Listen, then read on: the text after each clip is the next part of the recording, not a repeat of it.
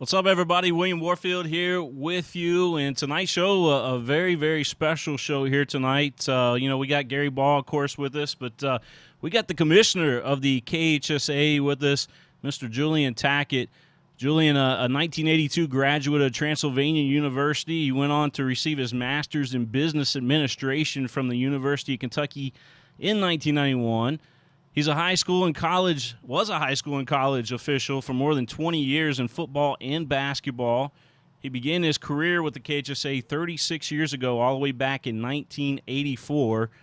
And he was promoted to business affairs director in 1991. In 1995, he was named the assistant commissioner. And Tackett also led the way, along the way, in all the association's technology efforts. And, of course, he became the KHSAA commissioner in 2010. And, Julian, welcome to the show, my friend. How are you? William, it's great to be here. Thanks a lot.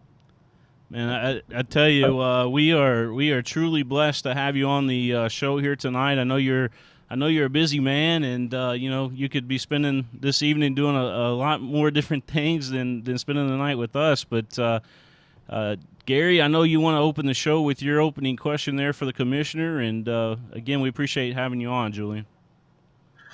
Yeah, it was quite an opening there, Jay, and that you were an official for all those years. I remember up at Northern Kentucky University broadcasting NKU games, and you standing in front of me at the scores table officiating the Great Lakes Valley game with Mike Beitzel as a coach, and I thought that you did a great job as an official.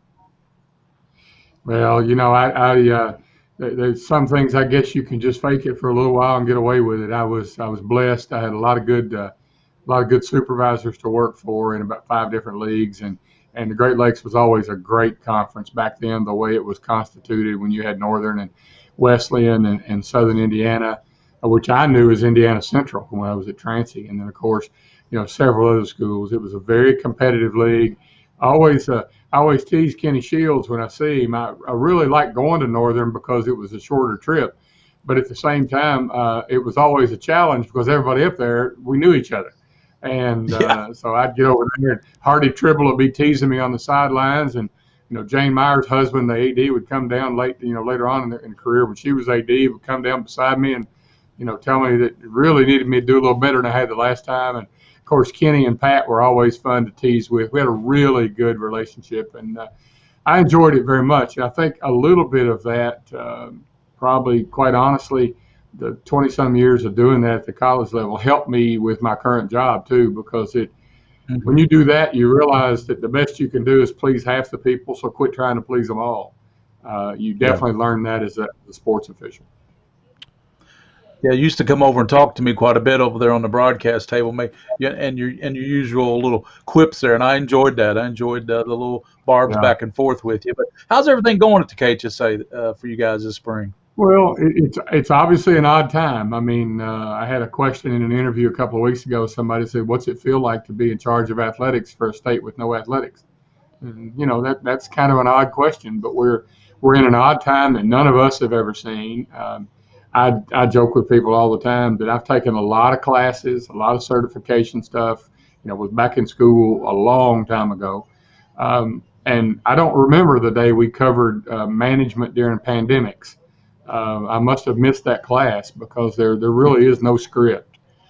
There's no way to say that you're going to do this, you're going to do this, and it's I've said before, and you two have especially heard me say this, that everybody that's ever been in a batter's box in Little League thinks they're an expert on sports, and so it's a business where your opinion is constantly challenged, and I live by the motto of trying to do what's best for the students, and if everybody else is happy, fine. If they're not happy, that's okay too.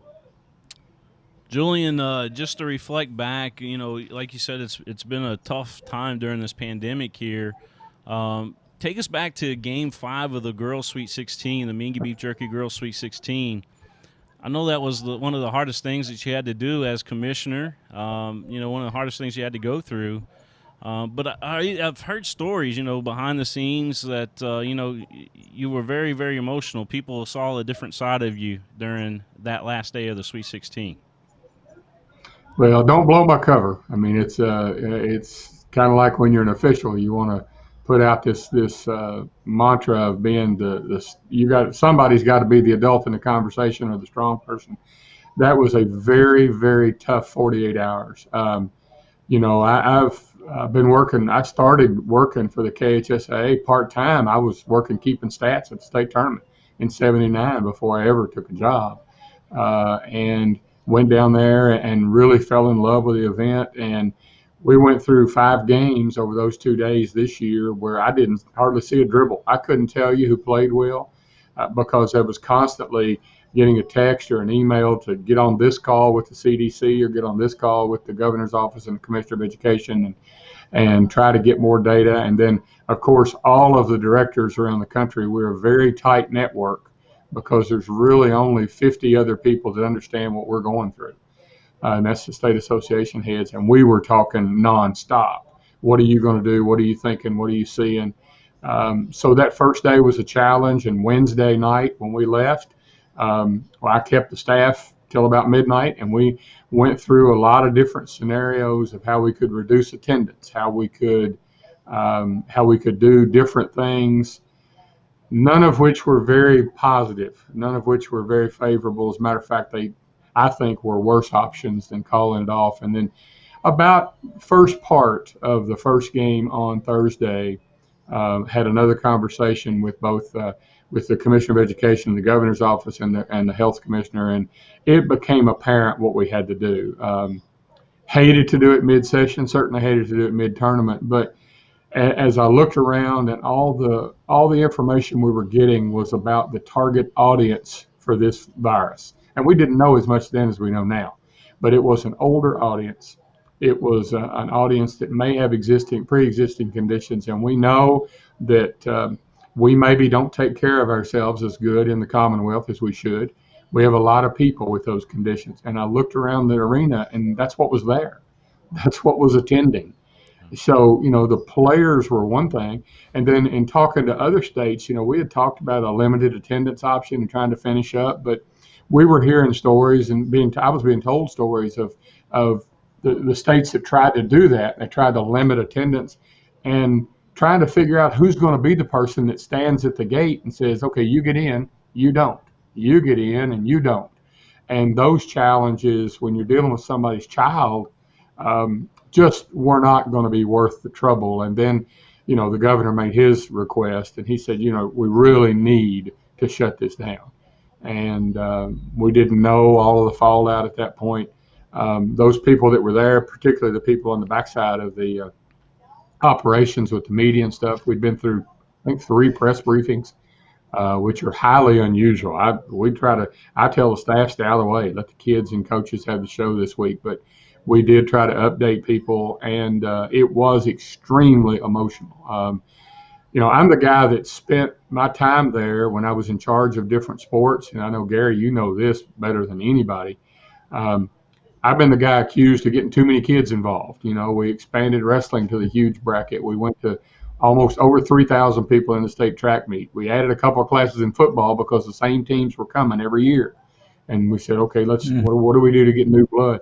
So to take away participation opportunities, just as contrary to anything I had ever been involved with, it was like, no, we don't do that.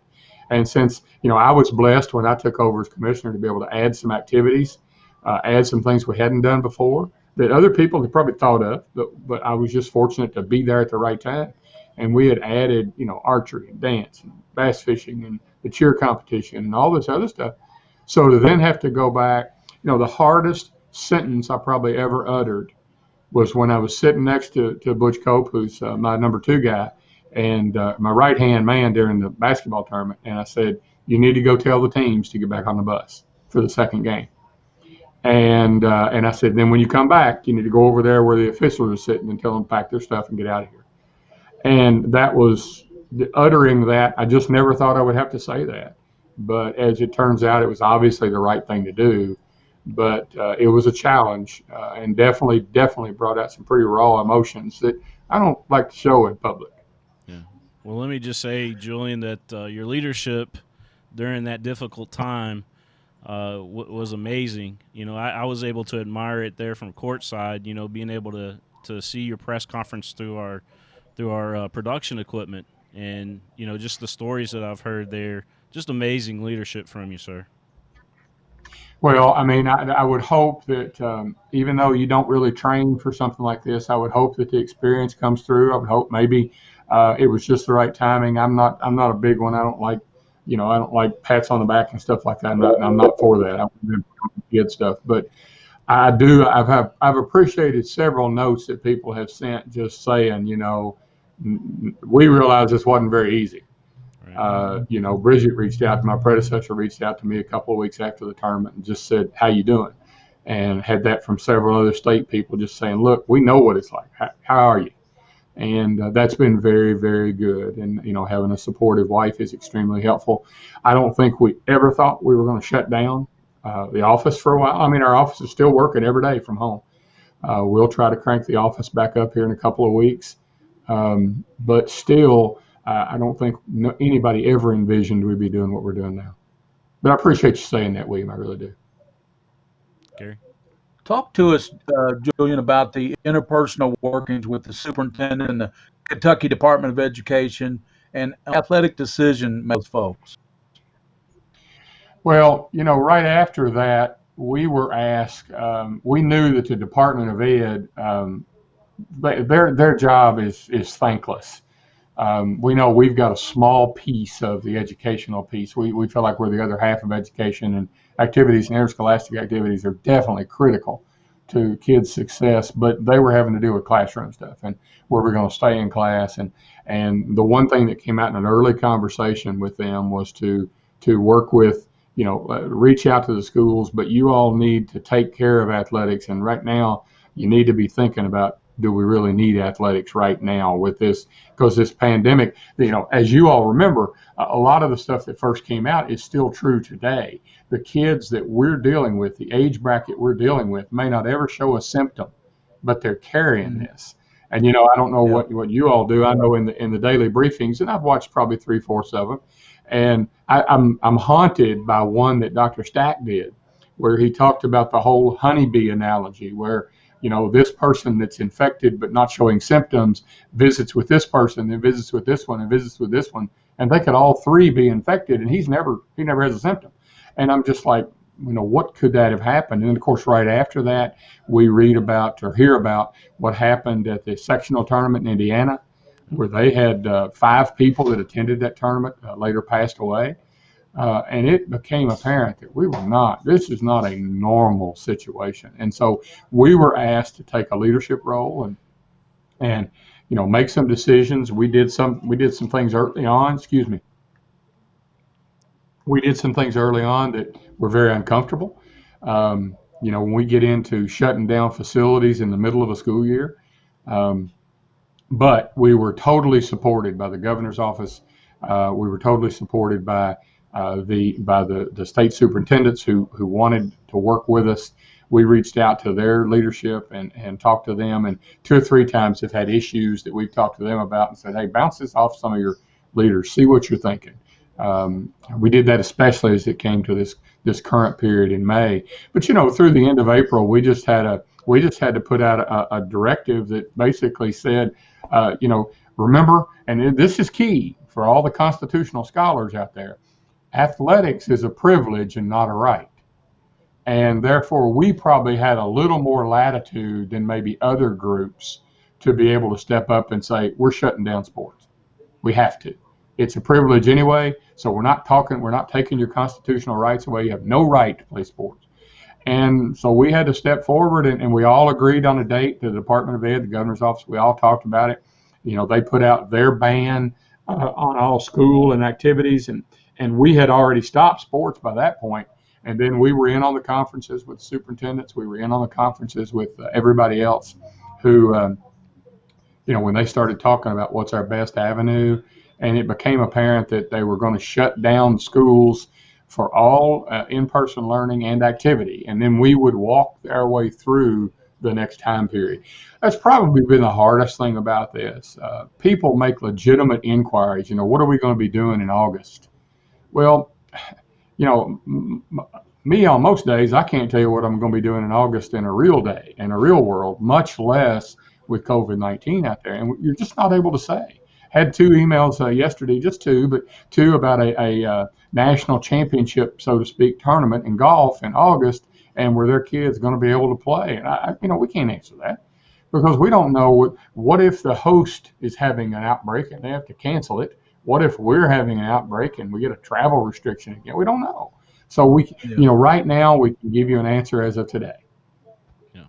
One of the biggest things for you, and especially with having to do what we had to do with the Sweet 16 was the financial impact that it's had on the association. What can you tell us about that? Well, I mean, if you're talking gross revenue, you probably took a loss of about 1.8 million for a group that doesn't carry that kind of money. We originally talked about 1.2 to 3, but there was other things that we didn't know then. For example, of all the people that bought tickets in advance, how many would want their money back? How many would donate? We've had so many generous people that have said, just keep our money. We're coming back next year. We're going to get through this, da-da-da.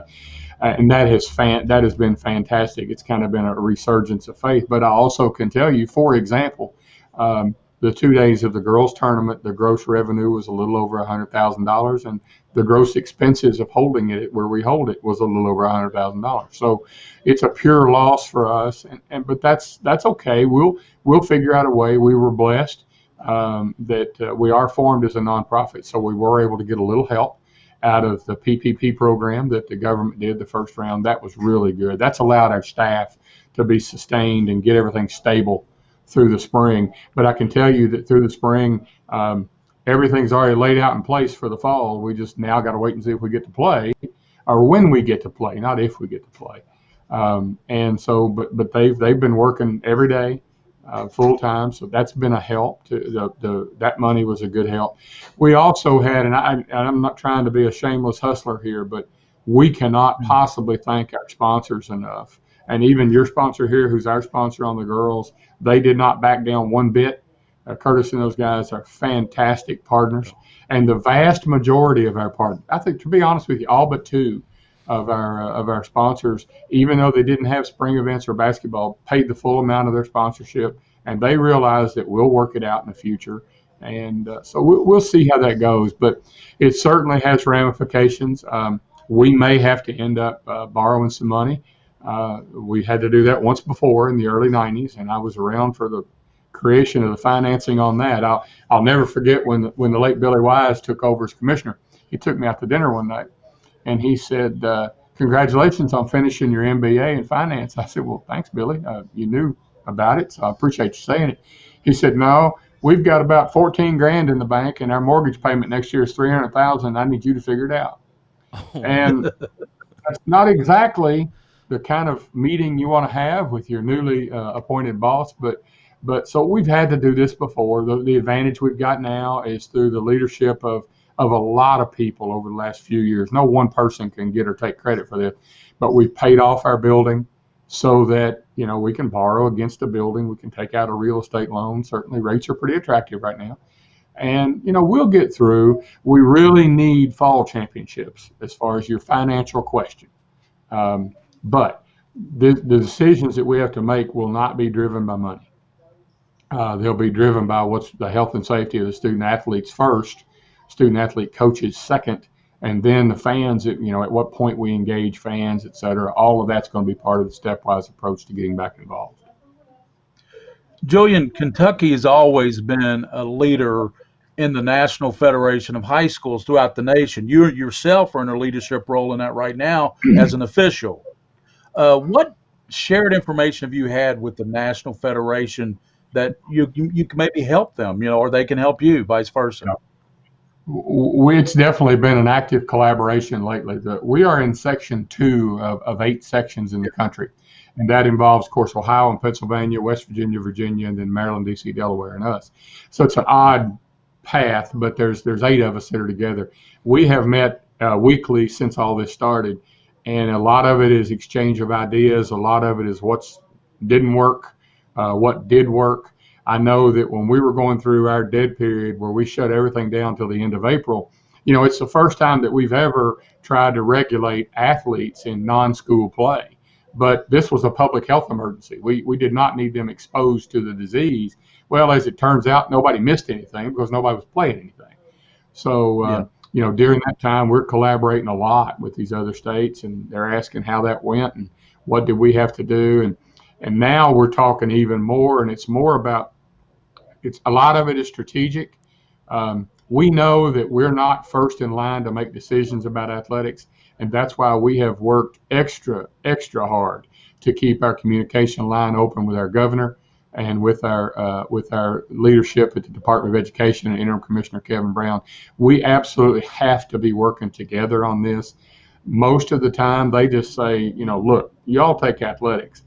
But we also know that even recently, a really good example occurred a week ago. The governor, in doing what he needs to do to respond to all 4 million Kentuckians, decided he would go a little longer range in his opening plans. And he gave an example of how social media makes things really hard now, and even regular media when they make a mistake. He put out an announcement that June 15th was his tentative timeline, no details yet because he wanted to consult with a lot of people, but tentative timeline for youth sports, low contact, outdoor. Okay, sounds pretty simple, except what's youth? Well, as soon as that announcement came out, some of the high school travel teams said, hey, good, we can play. Well, youth is below middle school because we've actually sought that clarification and got it in writing. That youth is below middle school. So, okay, that means Little League is back. Great. And we need that. We really need people to be able to get out close to their home and socialize. Low contact is not a term that is involved in sports at all. So we've been working with the governor's office trying to tighten that up, and we're going to give them some information they've asked for about, okay, let's talk about contact levels. I think it's pretty easy to see that the range will probably be golf on one end and football on the other. But where do the others fit in between? And the other thing we had happen, we had a TV station in Louisville that has a really big viewership. And they took the governor's slide from that day and made an overlay for their backdrop on the news and mistakenly left out the word outdoor. So the volleyball people in Louisville all thought it was time to get started again. Well, unless you're playing volleyball outdoors, it's not even being contemplated right now. And there's a myriad of problems. But as soon as that was out there, bam, social media is lit up with people, and a lot of them I'm friends with on Facebook.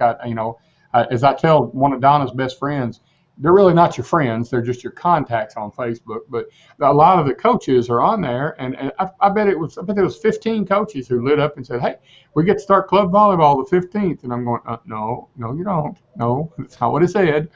And all of that because a little bit of misinformation, a little bit of shortcoming on a graphic, and then turn around and it gets amplified and sent out all over the state or all over the world. So some of this has been trying to stay ahead. We weren't.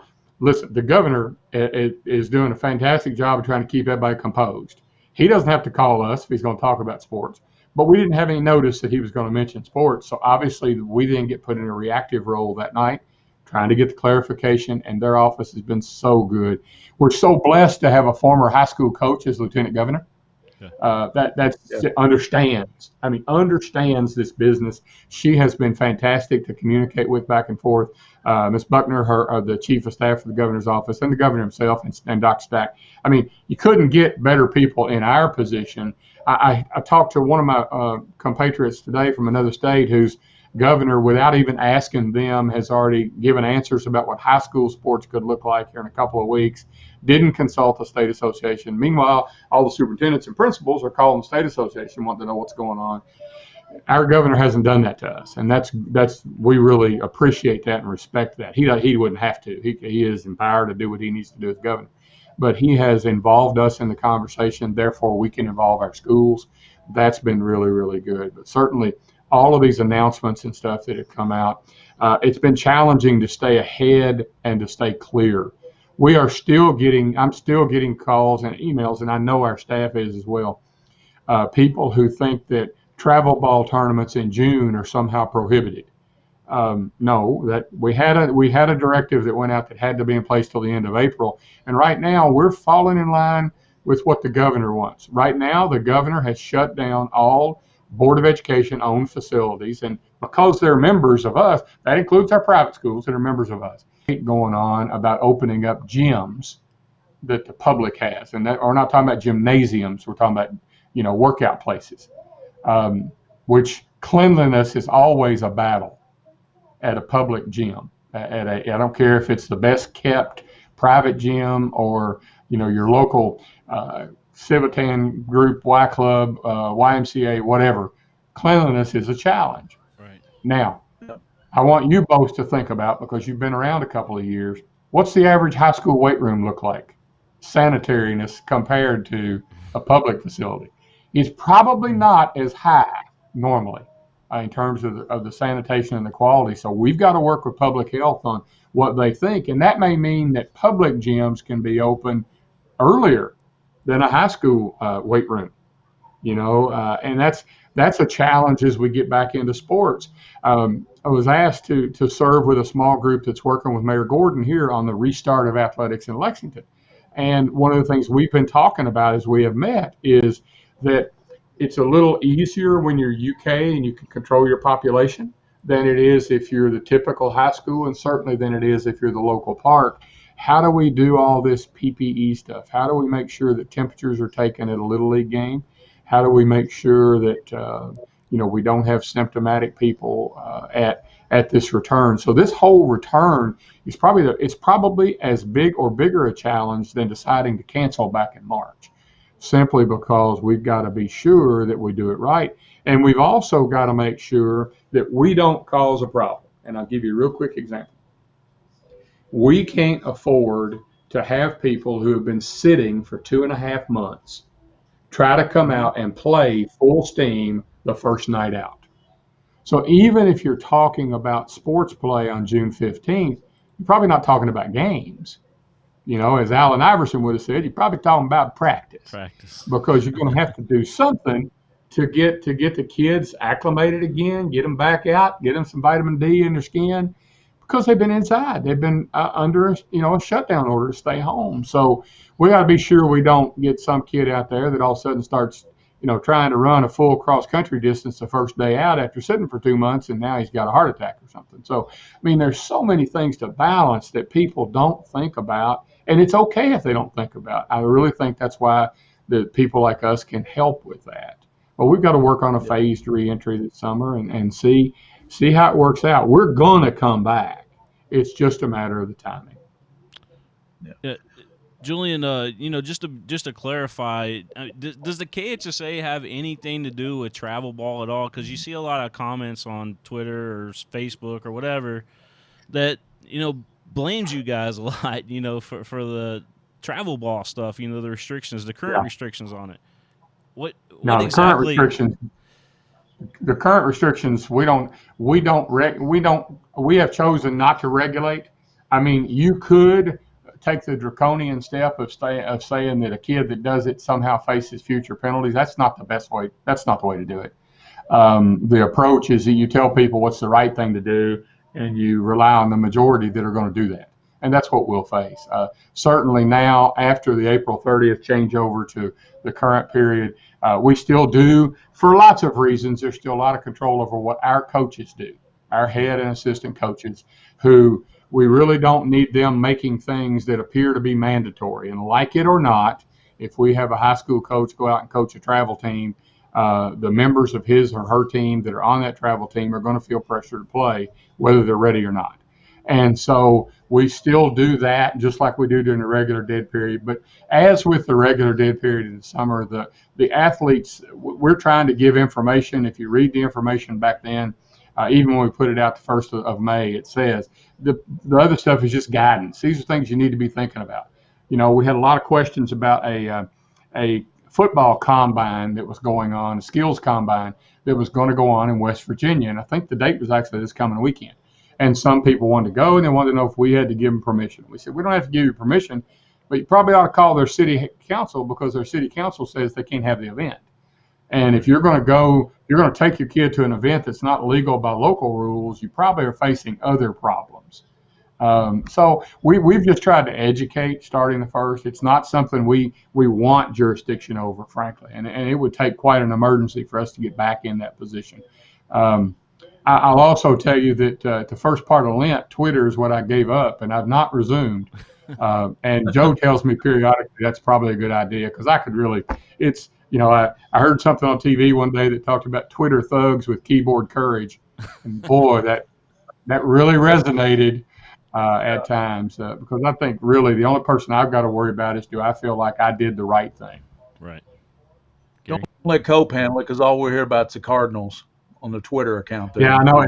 It's funny. At my computer upstairs, I've got a virtual background of the Red Stadium, and whenever I call him, I'm putting that on as my virtual background. So just to make him happy, I'm trying to find a good backdrop with Wrigley in it. I think that would really set him off. I probably could help you out with that. Yeah, that'd be my choice.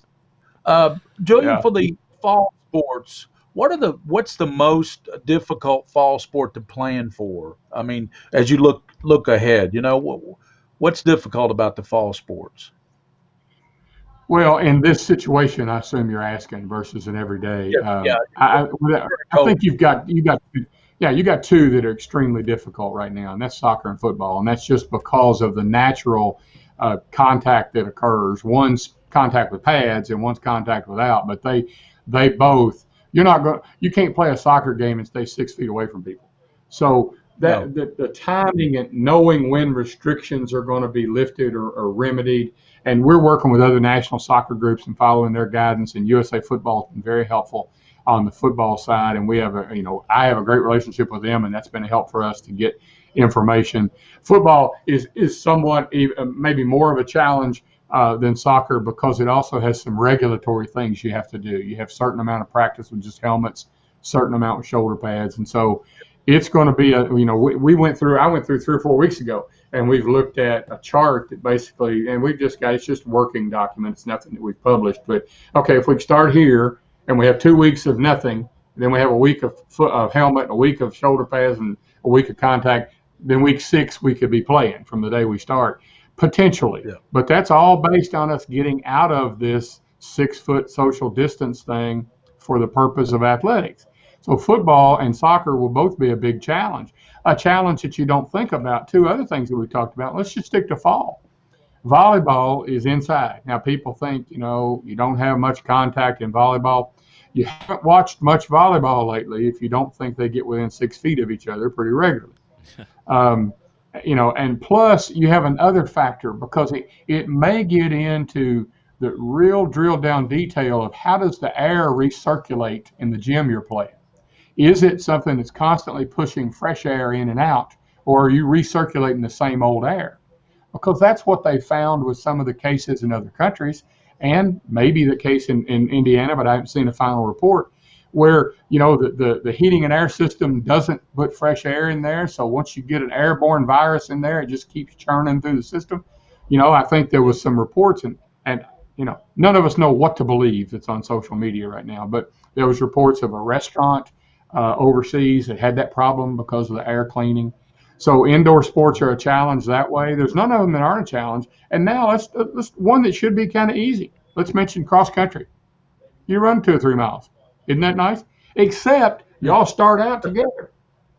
Yeah. And you generally end up with a pile of people at the finish line. So how do you, you can stagger. There's something called Hokum Karam, which is a different way of kind of doing a relay race in cross country.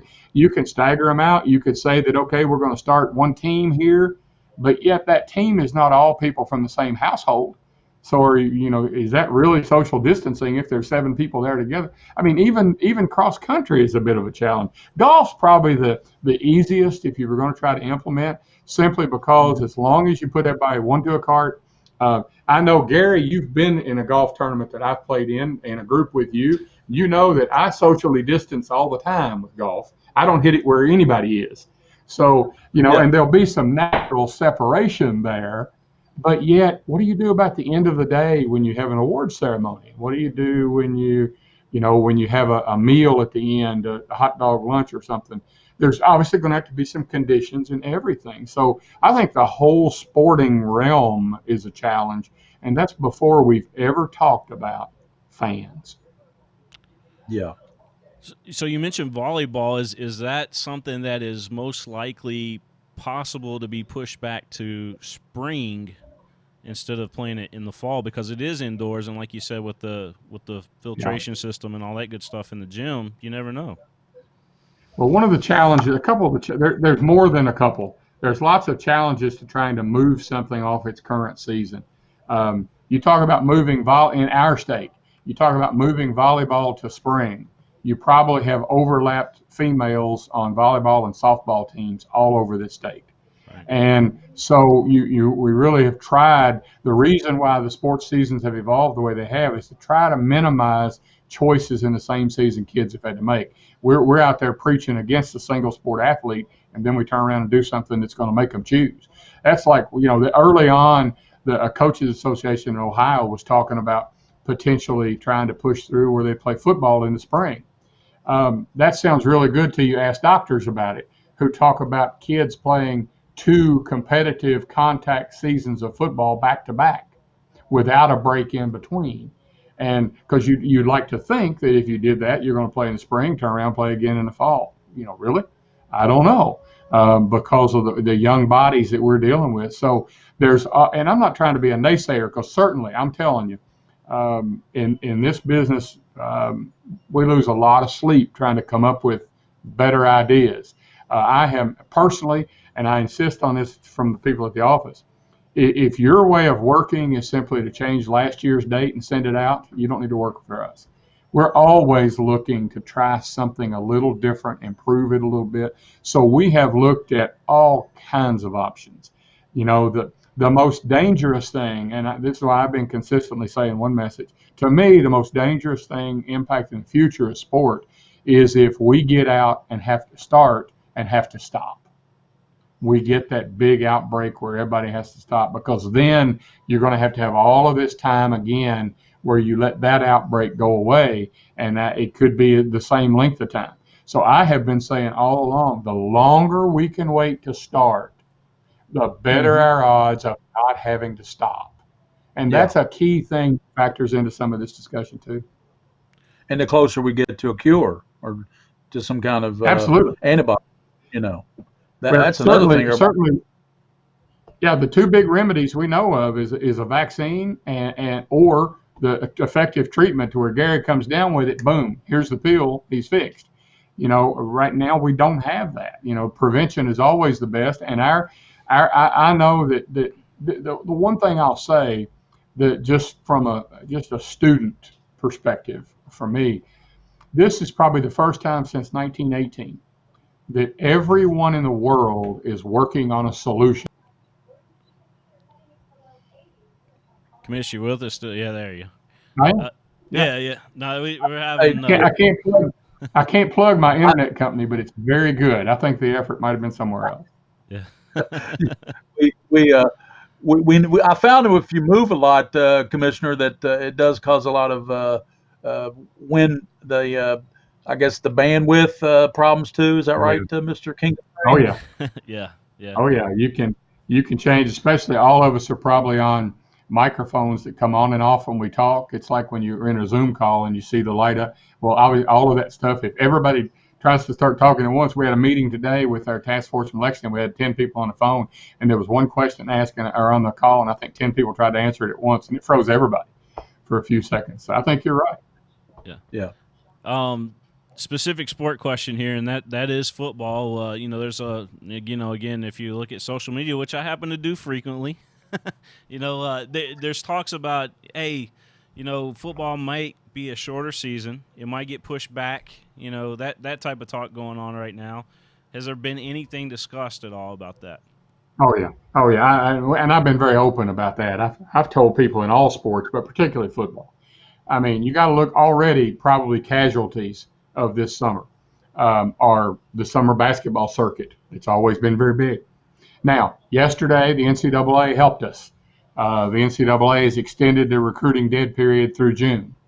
So there's no real incentive for a big, a big exposure tournament or something, and some of the people that do things and make money off our kids and everything and try to promote it. Well, the college coaches can't be involved in in-person stuff, so maybe that helps. I've told our football coaches every time I've talked to any group of them, I mean, if we think we're going to start 7-on-7 July the 10th, we're probably living in an alternate universe. So I don't think we'll start on time. Our objective all along is, number one, here's our first objective: don't lose another sports season. Let's let the only time that ever occurs in any of our lifetime be the spring of 2020. And that means that if it means a shorter season, if it means we compact it, if it means we eliminate a scrimmage week, if it means we don't have a bye week and we start 1 week and play 10 straight weeks and we help revise schedules, whatever needs to be on the table should be on the table, because the alternative is not to have a season. And that is always going to be viewed as a worse alternative. I'm going to tell you something, though. For every coach you see or every person you see on social media that will talk to you about, we need to be doing this, need to be doing this, you talk to a bunch of other coaches and player parents, and they're not real sure right now. They'd like a little more public reassurance that it's safe to do it. I know that we've had some discussions at the national level with some about officials and stuff, and our officials have been great with this, and they're all planning on working next year. But we know we've got some officials that are in that target range for what this virus targets. So do we really need a person that's 65 with an underlying condition in a gym that doesn't ventilate well before we're really ready for it? Do we need coaches that are that way? Some of our most successful coaches are in that target area. So, I mean, there's always going to be people. I know, and I've said this a number of times already, everybody's tired of being cooped up. And sports is a great way to get the kids exercise, get them involved, and get them out of the house where they've now been stuck for 2.5 months. But if we do it too quickly, we're going to regret it. And everybody knows about it. Oh, yes, you have this little bitty percentage of people that have the whole conspiracy hoax thing going. And, I got some nice consolation prizes and thank them for playing. But, this is real. It's just had, and when it hits real, when I find out today that a staff member in one of our state association offices had COVID-19, or you have somebody like Jody Demling, who's a friend to all of us, who very nearly lost his life, that's when you quit using the hoax word. You realize to get your head out of certain parts of your body and realize that we need to think through this before we do anything. Commissioner, you kind of hit on it earlier with the fact that scientists are all coming together trying to find a cure for this, or trying to find a remedy for this. But what anything positive has come out of this thing that maybe you could? Tons. Gary, we've seen the humanity of people come to the forefront in a positive way. We have seen people doing things for others, whether it's leaving a little extra tip when you go get dinner. For us, it's once a week we try to eat out and go get carry out. So we'll, you leave a little bit extra, little things, saying thank you to people. The number of people I walk around, I've been wearing a mask now for about 4 weeks, and it looks really funny. The first one I had was a full face cover, and I was going grocery shopping near where I grew up. And I told some people, I said, if I'd have worn this, 6 months ago on this side of town, the police would probably have been called. But when you see other people buying into it, other people doing it, then you realize we are all really in this together. That's been really good. We've been able to do some things that are really good. We were able to come up with, working with our trophy and novelty vendor, we were able to come up with an awards program for our kids that qualified for the state tournaments, okay, those 32 basketball teams, and could give a visible recognition that's got our logo on it, that really they can keep forever, miniature trophies, miniature medals, our regular medals, etc., that they could do at dealer cost. We don't make anything on it, neither does the trophy place, but we've come up with recognition opportunities. We've awarded certificates to all 30-some thousand kids, 36,000 I believe it is, that play spring sports. it's a COVID-19 certificate. It's, yeah, your season was taken from you. We can't give it back to you. There's nobody can do that. And so we've seen that. We've also seen, I think, Gary, you're going to see a renewed emphasis on safety and even on basic health. I don't know about you all, but I told when I was 14 years old, I made a baseball all-star team. And before I went to practice, one day my mother said, you got a couple of dishes you didn't finish. You need to finish these. And I said, Mom, I'm going to be the only catcher in the all-star game with dishpan hands. Well, I didn't know that several years later, 40-some years later, I would be one of the few people in America, or one of the few commissioners in America with dishpan hands, because I wash my hands so dang much.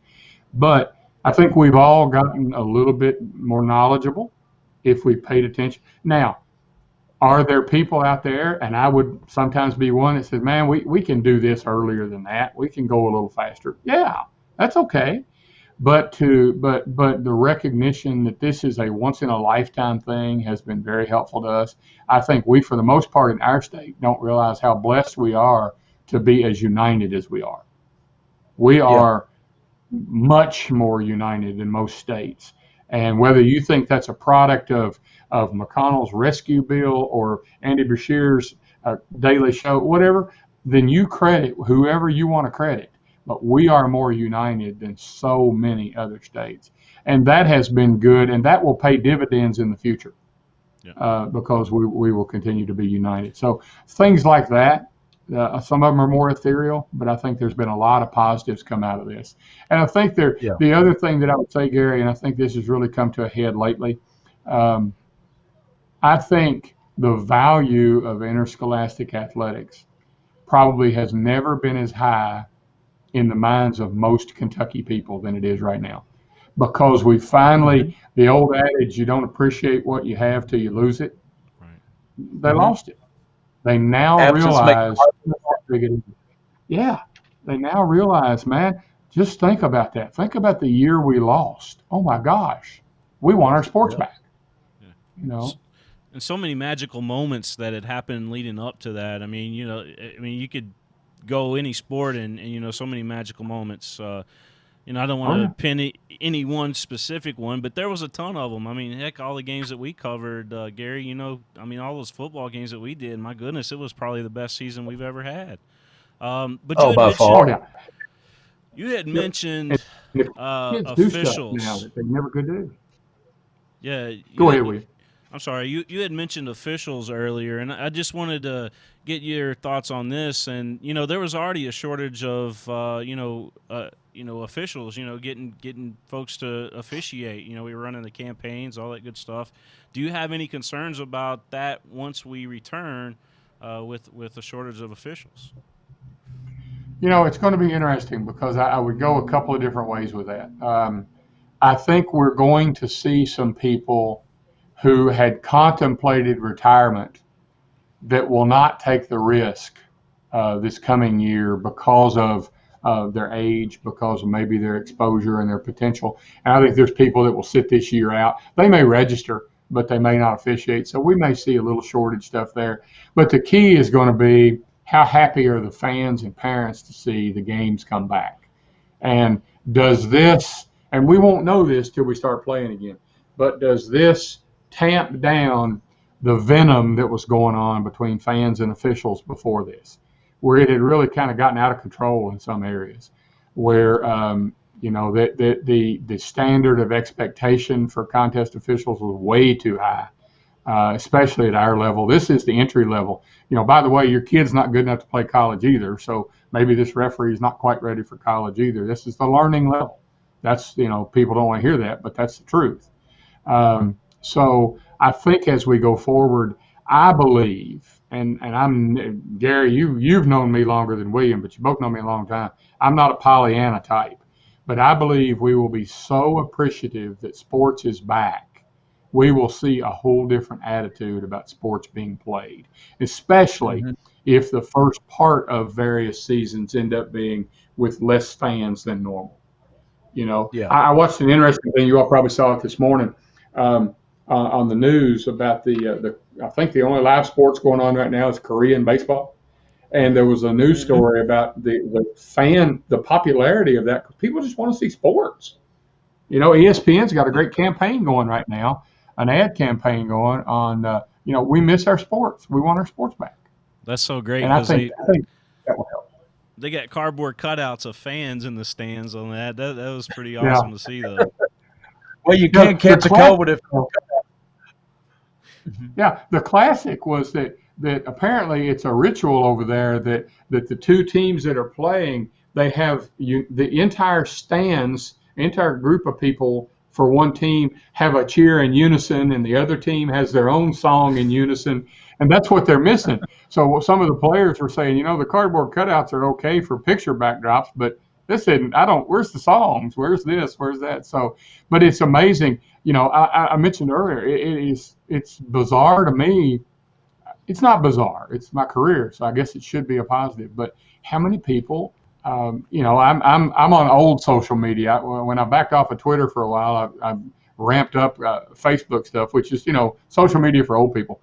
But a lot of the chatter on there was how many people were watching the draft, the NFL draft. Because we were starving for live sports. Why can the pro and this is something else I want to be sure to mention before we close, but this is key. Some of the pro sports, because of their TV contracts, can say we're going to have sports without fans. Yeah. 94% of kids, when they play a high school sport, they never play beyond high school. How are we going to tell their parents they can't come see them play? Are you serious? I mean, really? I mean, it may come to that point, and the health people may bring it to that point, but our decisions can't be driven by what the pros do. Just like the small college decisions can't be driven by what UK and the SEC does. We're all going to have to make different level decisions, and ours is a community-based sport. That's its beauty. Is we are people that live in the same general area. So I think the biggest thing, William, your point earlier about football. One of the things that I do think will happen this year, and I don't know this. We could all wake up Monday and they say, you know what, no sign of the virus, let's go. I don't think it's going to happen. But, at the start of our football season, we have a lot of big distance travel games that involve historic teams. As I told our coaches a while back, if I'm organizing something like that, I'm already looking to reschedule those. Goes away and they're playing. We know we've got to play on 2 certain weekends, or we may not have access to Rupp. Right. So, that there's more to it than just somebody saying, you know what, this doesn't fit September, so let's move it to March. There are lots of venue considerations, and we got 19 championships now that 3 or 4 of them you might be able to easily move, but there's not many more of that you can move without impacting other things. Well, Julian, I know I can't speak for myself. I really appreciate the job you've done under difficult circumstances. Your staff at the Kentucky High School Athletic Association. I take this from somebody who's doing this his whole life. 35 years I've been doing high school sports, either radio or whatever. Been doing my TV show for 17 years. Don't even know if I'm going to have a show this fall. There may not even be high school sports this fall to talk about. So I may not even have a show. I may not even have a job. So, but I'm just saying, I appreciate the job you guys do, and I love you guys, and just keep up the good work and keep doing what you're doing, because it's the best thing. William? Well, Gary, I appreciate that, and I can tell you that number one, your show is a valuable service for the schools in this part of the state, and in some form or fashion, and through whoever has to be lobbied out there on Winchester Road, we need that show, even if we're not playing. I've made that comment to some of their people at the station that is an infusion of positivity. One of the reasons we didn't real quickly cancel our tournaments was we wanted to give people hope. We wanted to let's try, not false hope, but can we give them something to work toward? I felt like, and I think this happened in one of our southern states, they called it off too quick or too quickly. And when they did, the kids had no obligations to the school. They were out. They've had gang problems. They've had all kinds of stuff. And we don't want that. So that show's valuable. And what William does on a weekly, daily basis, and a daily basis is great to promote this level of sport, which is still the purest amateur level. Yes, it is. Thank you. Commish, I do got a few more questions here for you. I hope I'm not taking up too much of your time tonight. But, hey, I come You do whatever you want to do. You got the microphone. Well, let's see. A lot of folks are talking about redshirting high school athletes. I don't see how that would even work, even if it was possible. What's your thoughts? No, we've talked about the potential. We've talked with people at the Department of Ed. We talked with our own board. We've not, we're still, it's still in discussion, trying to see what happens phase. But let me tell you something. I thought that there was a fantastic article written. I don't even recall who wrote it, in the Lexington Herald, that ended up on Kentucky.com, because I'm like most, I don't see a paper copy anymore, but I do read online all the time, and do, by the way, subscribe. But there was an article about the impact of the NCAA's decision on UK softball. And you may have seen it. Coach Lawson had made some comments. And basically, it was one of those things that the comment was, it sounds really good, but the devil's in the details. And that's what we thought long before she said that in the paper. You've got people who have, the majority of high school students, you only have approximately 6% in a year that go on to play college sports. The vast majority of people have already made their next year's decision. The primary reason they play sports or enroll in school at a high school is not to play sports, like it or not. That may be mom and dad's reasons occasionally, but that's not generally the reason why school-based sport works. There's a number of complicating factors. Every single person on the team is affected if you make that decision. The the enrolling ninth grader, who's finally going to be in high school, is now one of 5 years worth of kids, not 4 years worth of kids. And they only have 4 years to play, so they're impacted. The rising junior, who, when he or she comes up, it's their turn. They've waited behind William. William was a heck of a guard. I get my shot. Well, now William gets another year. Oh, so in my last year, I don't get a shot. They just don't. People, when you think of all the issues, not to mention the fact, the biggest thing is the fact that education reimbursement to schools for students is based on the SEEK formula. And it actually penalizes you for repeating students, because we shouldn't, as taxpayers, the feeling is we shouldn't, as taxpayers, pay for the same kid's school year twice. Like it or not, during this spring, when people were getting NTI or other forms of instruction, they were getting school services that were paid for. So, there's the devil is in the details. It's a worthy concept, and no one can fully fathom or apologize or express emotion enough to what those kids lost. But everybody lost something with this. Everybody. Yeah. So I think that while it sounds, it's just like that Coach Lawson's comments in that original article talked about, it sounds really good when you're sitting in a boardroom, but in a practical application, who's going to pay in their case, who's going to pay the tuition, who's going to do this, who's going to do that? Well, for us, we as taxpayers pay the tuition. So really, do we want to get into that? So I don't think, and no other state, originally there was talk of Florida doing it. Florida's governor came out and without even talking to the Florida Athletic Association, said, yeah, everybody's going to get to repeat their senior year. He has since retracted that. That's not a part of their current plan. And so if it were ever done, it would have to be done legislatively, not through our office, because they're going to have to address the funding issue. And we've talked to enough people in the General Assembly to know, in a state that's going to be really tight budgeted for the next couple of years, I doubt paying for an athlete's second year is as high a priority as maybe fixing a road or something. So I understand. I totally do. I understand both sides of it. There's no win in this decision. None.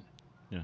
Another thing that's being talked about is the dead period, the annual dead period. Is there any possibility of adjusting the annual dead period if we were able to get back? We've talked about this, and I'll tell you the same thing that I've told other news sources and our school people. I think everything should get talked about, but I also know that the facilities themselves, especially for those schools that are going to try to start back August 1st, they probably don't need on-campus interscholastic activity the entire last part of June and July. Now, does that mean all the restrictions stay the same? Maybe there's some adjustments. That's something that we've got a fantastic board of control. We've got 14 people that are currently active school people. We have 4 at large, and 3 of those 4 at large have a school background. These people know what it's like to work in schools and be an administrator in schools.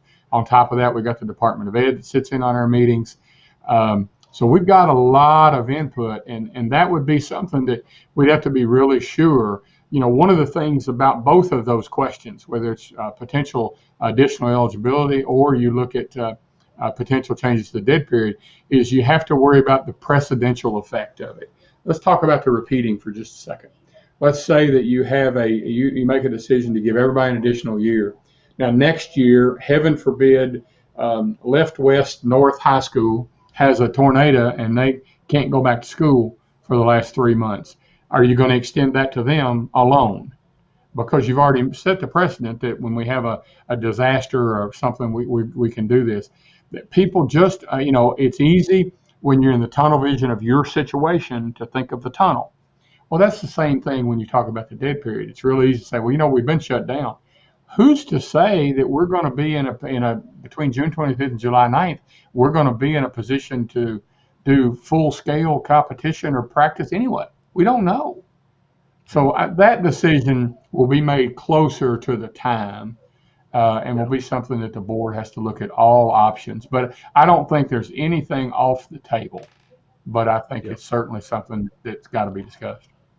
Another question that came in was, there had been mentioned before about possibly an early season basketball tournament, and then going into the big one, of course, at the end of the season. But is that still a possibility with the teams that had made the Sweet 16 this year being invited possibly to an early season tournament? We've reached out to those teams about potentially doing something during a scrimmage window, but you got to realize this is all contingent on anybody being able to do things. Can we? There's a little difference, with due respect to everybody involved. There's a little difference between people that never got their season started and people that had earned the culminating event. They had already won their region. So I think you can talk about them in 2 different buckets, so to speak.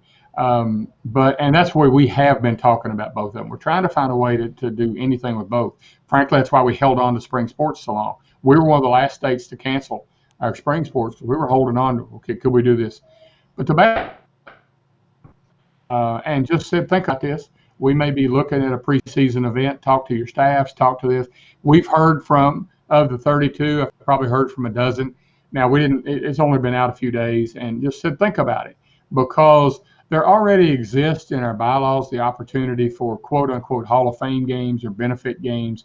And it would be something to be so targeted to those 16 teams on either gender. Maybe we do it, maybe we don't. Utopia. What if we're able to play and we could get them an event in Rupp? Okay. Now, can't help the fact that your seniors that graduated this year are away at college. But your team for next year, if you qualified for the state with a chance to be in that event, it'll be interesting to see. I also heard from one coach who said something that I've not forgotten, because I talked to him about, early on. I said, what do you think about this? He said, I'll be honest with you, I would love it, but we've already had the funeral for the 2020 season. We've been through the emotional roller coaster. We've cried. We've framed our jerseys. We've done this stuff. Do I really want to reopen? And he said that's something he would have to talk with his school about. And I think that's very wise. I don't think this is something that is going to be real quick and dirty, yes or no. But we're going to talk. I'm going to talk to our board about it when they get together in late May. We'll have the board get together via a Zoom conference again in late May, and because they'll have to make a decision on what we're doing with June. But we'll talk a little bit. The good thing we have, and Greg Sankey and I have been in several meetings together, and we've talked about a couple things. And he made this comment about football: is that the good thing you still have even today is the advantage of time. It's just May, so a November event you still could pull together. But it is certainly something that we have kind of opened the discussion with our schools, and we'll see how it goes. If we only get 6 or 8 interested, there's no use doing it. If there's if you get a bunch of them interested, then giving them a chance to play on that floor. Maybe it's maybe it's a one-day festival type. You don't play a full tournament, but you at least get them to play there. I don't know what shape it would take, but can we get those people who earned that, forever, when you go in half of these counties, and Gary, you know this as well as anybody, you go in half these counties, that green sign on the road is going to say home of the 2020 regional champions, and can we get those guys that earned that a chance to play at Rupp? And that's what we'd like to try to do. Time will tell. Yeah. Sticking real quick to basketball, still talk a lot right now with the shot clock, and any I told you there's going to be no shot clock. Yeah. In high school basketball, am I right? Am I right, Julian? Not next year. You get your down now that the Federation has issued its press release, I can talk about it because I'm on the rules committee for the next couple of years, and a lot more discussion this year than in many. And part of that is, there's a fine line within the Federation playing rules in all the sports where they can let certain states do what they want to, and it's called state association adoption, and not run afoul of all the procedures. So this year there was a lot of discussion from that perspective, and I think that Teresa Wins in the Federation office, they put out their news release day before yesterday, I guess, and that it was discussed. We get questions about it all the time. I would have said before COVID that we're past the point of talking about cost as a factor, because most schools were going to find the $3,000 it would take to put in shot clock. I don't know after COVID, but certainly before, the biggest issue has been and probably will continue to be, especially for a nationwide adoption. We have a number of schools that struggle to get a book operator, a scorebook operator for your varsity games, or a good clock operator for your game clock. Now you got to get a third person, and you certainly, if I'm a coach, I don't want you playing this at the varsity level, having that rule, and not having it at the freshman level where I can train them. Well, a lot of times you're grabbing somebody to do the clock or the book out of the concession stand line right before the referee throws the ball up in these non-varsity games. Come here, keep the book for us. The shot clock is one heck of a lot more difficult to do than the game clock. Game clock's on and off. I mean, it's really, shot clock, you got resets, you got all this other stuff. So I think there'll still be some discussion. I would say this, and I'm on the record as saying this, and I told Teresa this after a meeting. We are closer than we have been, to doing a national rule, but it has not been adopted. Okay. So it won't happen this year. It will not. And I would say that if it does, Gary, you're also looking, whenever you do an equipment change on a rules committee, you're looking, if our schools have not thought about a stream solution, they should start tomorrow. And I'm not talking about, and this is just something that even technology buffs can agree to disagree on. I'm talking about where they can put it behind a paywall and make some money. Because I think you're going to see a certain segment of the fan population that's going to be really reluctant. Even if it were allowed, they're going to be really reluctant to come to live sports for a while, especially the group that we draw. And by that, I mean, the regular season games draw families and friends, and the postseason games, that's where you get the cousins and aunts and uncles and grandmas and grandpas. They all come, and we're blessed by that. That's what's kept us alive for more than 100 years.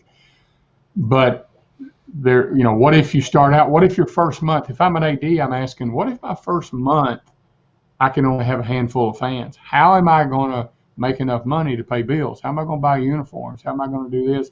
Well, the answer is I'm still going to charge people to come, but they're going to be watching it at home. And that's why it's the same mentality that some of the college conferences have about going in and starting with no fans, because all they got to do is play to get their money. Doesn't matter if they play in front of anybody. They just got to play. But so I think our schools should really be thinking about an option. We've got the Federation Network, and we've rolled in people like yourself and others that have been doing outside stuff, and all we ask is also give it to us, and it goes under that paywall, and it's amazing how many people watch those things. But it is the future, and I think it's the immediate future because of what's happening after COVID. I think if they've not thought about that, I always say that I'm danged if I'm a school person, if I want people to come in and do it for free and then charge people at the gate. That's not fair to the people that come to the gate. But I think you are going to have to think of ways that your local fans might be able to see games early this year. Maybe the first couple of football games, if you got some kind of attendance limit, how am I going to make enough money to pay all the bills of hosting a football game? How am I going to help pay for the helmet reconditioning? How am I going to do this? So it is definitely something. I tell you, the other thing that more and more people better be thinking about is getting out of taking cash at the gate. This is a touch virus. When H1N1, some of these others came around, we worried about stuff like that. We don't really know. There's not good data out there if that virus can hang on to a dollar bill that's handed to you when you pay for your admission. We don't know that. So going to electronic advanced ticketing, and there's various methods out there. We have a couple we work with through the Federation that are outstanding. This is going to be a changing time for athletics at our level, and technology is going to be right there with it. Yeah, that's a big word, virtual ticket, and I think that definitely is a thing of the future. Oh, yeah. Well, that's all I've got, Gary. I don't know if you got anything else, but we covered a lot. No. Yeah, we really appreciate you, Julian. You really gave us a lot of really good information, stuff we hadn't thought about, stuff we're going to think about that's, for the best of our, something else you were talking about there with streaming, NFHS network, those high school kids get experience doing, and that might be Absolutely. a career they might decide. Well, and what's interesting is I happen to be on that board now, the Federation Network board, and as we talk about things, one of their big pushes has been to get these Pixelot units involved that will do the actual videotaping and streaming automatically. Well, now they've really been focusing their efforts the last year on the add-on piece that'll get the kids back involved. One of the problems with the old model, and forget somebody with the expertise of William, you had a local school person who maybe ran a broadcast class, and they got a couple of kids involved, and they got them involved as sophomores, and so they ran them up through. Well, guess what? 3 years after that, they graduate. You got to find two more kids that can, and two more kids. So the automated answer, instead of having all of that equipment side, the automated answer is really the wave of the future.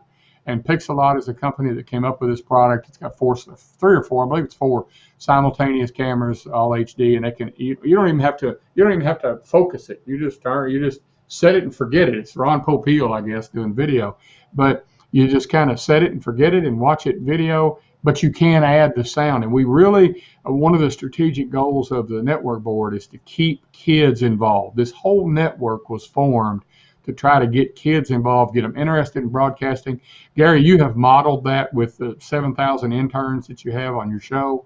These are people that learn to, they have to get out of their comfort zone, man. They gotta get out there, and they gotta be on camera, and then they gotta watch themselves and try to be better next week. And that's the same thing when you get into people doing play-by-play for this stuff. Yeah. Well, what you've done with KHSAA TV and working with the NFHS network and all that good stuff. Yep. I mean, you truly have been a pioneer, if you will, as far as pushing it out on a national level, doing some big things here in Kentucky. And well, I'll never forget it. Well, I appreciate that. It's not me. It's been a group effort. Obviously, everything we do is a group effort. I still one of my finer moments is I got a call from a former employee that after we had met 20 years ago with a couple of guys and talked about forming a radio network, and he spent the entire conversation telling me how that will never work. There's no way. You can't sustain it. You got to go with a big media company. And I it's one of the few times, and he was a former coworker of mine, and I grew up with him. So, I felt, I kind of felt a little bit dressed down, and I kind of bowed my back, and I said, no, wait a minute. I'll show you it's going to work. And it's still going strong, and would have had another successful year this year. And you all on the TV side have really been pioneers as well locally. Plus you keep my former position coach Mike Meehan, you keep him working on Friday nights sometimes and keep him out of trouble. So that's always helpful. So I'm just telling you that the wave, I worry a little bit that some schools that have been hesitant to address it don't realize that we are now 10 weeks into the only TV being what you could stream, the only sports being what you could stream. And that expectation will now be there. Where is our game? I'm William's granddad. I wanted to go to his game this week, but I've got a fever, so I'm not going to go. Where can I find it? Right. I think that's going to put pressure that maybe people haven't thought about. Yep. And plus, we've spent the last three of our staff, Dan and Rob and Joe have been involved the last few weeks getting all of our old broadcasts up on the Federation Network. It is amazing how many people have gone hunting for the 2013 semifinal game or the 2012 this. The more we get up there, and we had them on a YouTube channel for a while, and YouTube's good. I'm not going to talk about YouTube. We're a Google shop, so we obviously like YouTube, but I'm not going to give it away. So we put it behind there, and they're loving it. They're loving it. What we're talking about now potentially, and it'd be interesting to see how this plays out, the Federation Network, we're talking about a short-term broadcast subscription. Right now, it's a 1-month auto-renew, typical Netflix model. It's very popular and generates a ton of money. But if we're going to help the schools, do we need to come up with something that's a one-game view? You pay a certain price, you get to see one game, and your school gets half of it. You tell us which school. And so we're trying to see ways that we can we make up lost revenue that went on. I don't know if that'll go anywhere. It's in the early discussion phase, but we've got to think creatively in interscholastic athletics, or we're going to get we have a possibility of getting left behind. So, and I think that same challenge is out there for small colleges too. I don't think it's just high school. Yeah. The big Power Five are going to survive with their media contracts, but everybody else has a challenge, I think. Yeah. And the other bonus to it is, just real quick, the other bonus to it is you can do other things. Like a lot of folks are looking right now, calling us about doing graduation. That kind of thing. We sent a note out. We sent a note out to superintendents, an email out not too long ago, and talked about your all services and talked about guys. You don't have to go start this from scratch. We got some people that were working with us in the winter that kind of lost out on some opportunities. So why don't you call people that know the heck what they're doing, and it's set it and forget it. And so we've made those kind of suggestions, but I think that when you look at the future of this, the future of the network is somewhat built around sports. There's always going to be that segment of the population that wants to watch the California finals because some potential recruits playing in it. That's not a large segment, but that's a segment. But there's a whole lot more people that want to see the graduation ceremony. They want to see the awards banquet. They want to see all the stuff that there's not a paywall for. That's the future. Is content is king. Getting it out there to where you can let somebody forever be able to pay a small price and see their kid or their grandkid performing. That's where the future is to sustain the network. Yeah. Well, Julian, keep doing what you're doing, man. I'm a big fan of yours. I always have been, and I just think you're a great leader in the right position, and just doing big things for Kentucky, and we appreciate you.